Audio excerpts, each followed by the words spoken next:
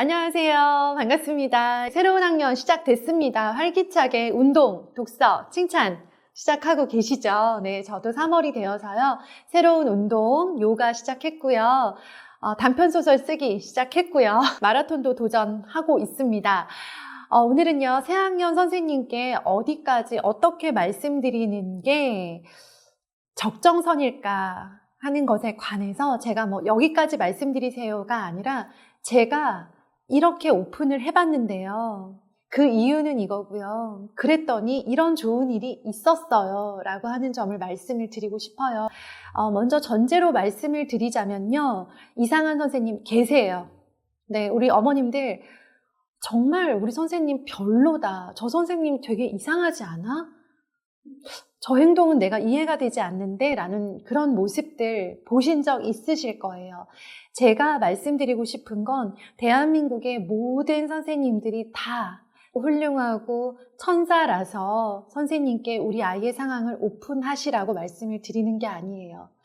우리 어머님들 한번 되짚어 보세요. 우리 아이의 담임 선생님 그리고 주변에서 봤던 선생님들 이상하게 별로다라고 생각되는 분도 계시지만 좋았다. 그리고 정말 아이도 좋아했고 우리 아이를 많이 위해 주셨고 그때 한 해 정말 편안하고 괜찮았다라는 생각이 드는 학년이 더 많았을 거예요. 그러니까 우리가 확률로 가자는 거예요. 초등학교 6년 동안 6분의 선생님을 만난다라고 한다면요. 그 중에 3분은 엄청 좋은 분이실 거예요. 2분은 잘 모르겠지만 나쁘진 않았어 정도일 거고요. 1분 정도, 2분 정도는요. 정말 다시는 만나고 싶지 않아 그런 선생님이셨을 가능성이 높습니다. 저희 아이를 맡은 담임 선생님에 대한 배경 지식이 전혀 없음에도 불구하고 100% 오픈하는 이유는요. 무조건 우리 아이들을 위해서예요. 그 선생님이 어떤지 봐가면서 오픈하지 않아요. 그 선생님이 어떤 분이신지는 최소 6개월, 1년 정도는 겪어봐야 알고요.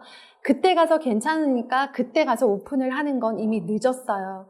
저는 일단 학기 초에 제가 드릴 수 있는 저희 아이들에 대한 정보는 최대한 다 드리고 어떻게 어느 정도로 관계를 맺어갈지를 결정을 하는 편입니다. 왜냐하면 내가 드리는 것을 어느 정도로 활용하시고 내 아이를 얼마나 더 신경 쓰고 관심 있게 지켜봐 주실지는 그 선생님의 몫이고 그 선생님의 일이에요. 그런데 나는 부모로서 해야 되는 일이라고 한다면 내 아이에 대해서 선생님이 미리 알고 계시면 좋을 만한 그리고 몰랐으면 오해할 수도 있는 그러한 특성들을 오픈함으로써 선생님이 좋을 것이다 라는 전제하에 우리 아이에 대한 정보를 드리면서 우리 아이들을 더 관심 있게 바라봐 주시고 더 신경 써 주시고 이왕이면 칭찬 한 번 더 예뻐해 주시고 기특하게 바라봐 주시기를 기대하는 거예요. 그리고 저 역시 학부모 입장에서는 저희 아이들의 담임 선생님 지금 정말 다시 생각해도 너무나 화가 나고 속상하고 정말 그때 그 선생님이 아니었으면 우리 아이 인생이 달라졌을지도 모른다라고 생각되는 그 정도로 원망스러운 선생님도 계셨어요. 하지만 일부 그런 선생님들을 제외하고는 제가 저희 아이들의 상황을 그리고 저희 가정의 상황을 오픈했을 때 그것이 독이 되는 경우들은 거의 없었습니다.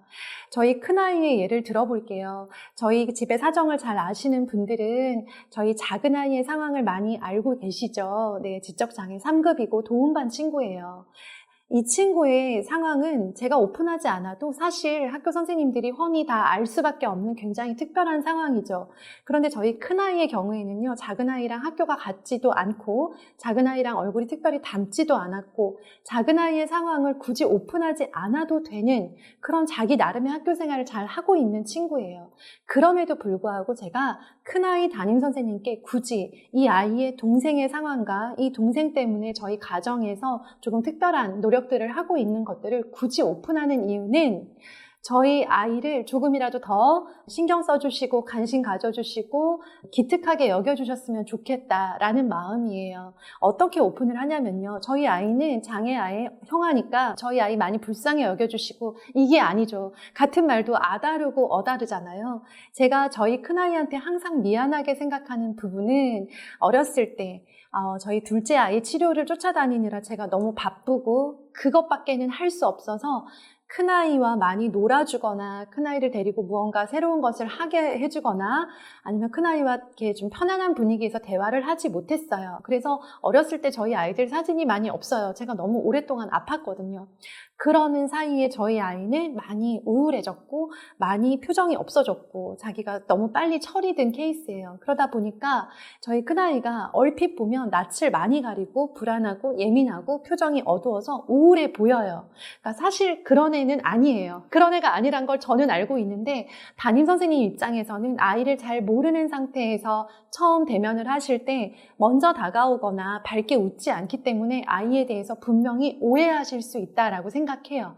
그래서 저는 그 부분을 선생님께 말씀을 드리는 거예요. 선생님, 저희 큰아이가 선생님을 이렇게 좀 어렵게 느끼는 부분이 있고 그리고 또 표정이 좀 없어서 언뜻 보기에는 마음에 들지 않나? 혹은 선생님에 대해서 불만이 있나? 그리고 친구들에 대해서 못마땅한 게 있나? 라고 느껴질 만큼 아이가 표정이 좀 어두운 편이에요. 그런데 선생님, 저희 아이는 이제 동생 때문에 이런 환경에서 성장을 했고 제가 엄마로서 많이 그 부분들을 신경 써주려고 뒤늦게나마 노력하고 있는 중이지만 아이가 오랫동안 형 노릇을 하느라 그리고 또 힘든 엄마를 도와주느라 그런 환경에서 성장한 것 때문에 지금도 좀 그런 게 남아있는 편이에요. 표정도 밝아지고 열심히 잘 생활할 거니까 선생님께서 그런 부분 혹시라도 오해하지 않으셨으면 좋겠고 저희 귀하 잘 부탁드립니다. 이렇게 이제 말씀을 드리고 도움을 청하는 거죠.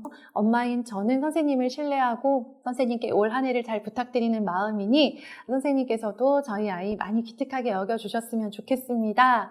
라는 메시지를 전하는 거예요. 어려운 이야기, 막 정말 이렇게 들추고 싶지 않은 그리고 가능하면 많은 사람에게 감추고 싶은 아이에 대한 속상한 점 그리고 부족한 점, 치료받고 있는 거 아니면 지금 어쩔 수 없이 엄마 아빠가 떨어져 살고 있는 상황 이렇게 쉽게 오픈하기 어려운 내용들을 교사인 저에게 털어놓아 주시면 저는 교사로서 이 학부모님이 나를 정말 신뢰하고 계시는구나. 그렇다면 나도 더 노력해야 되겠다.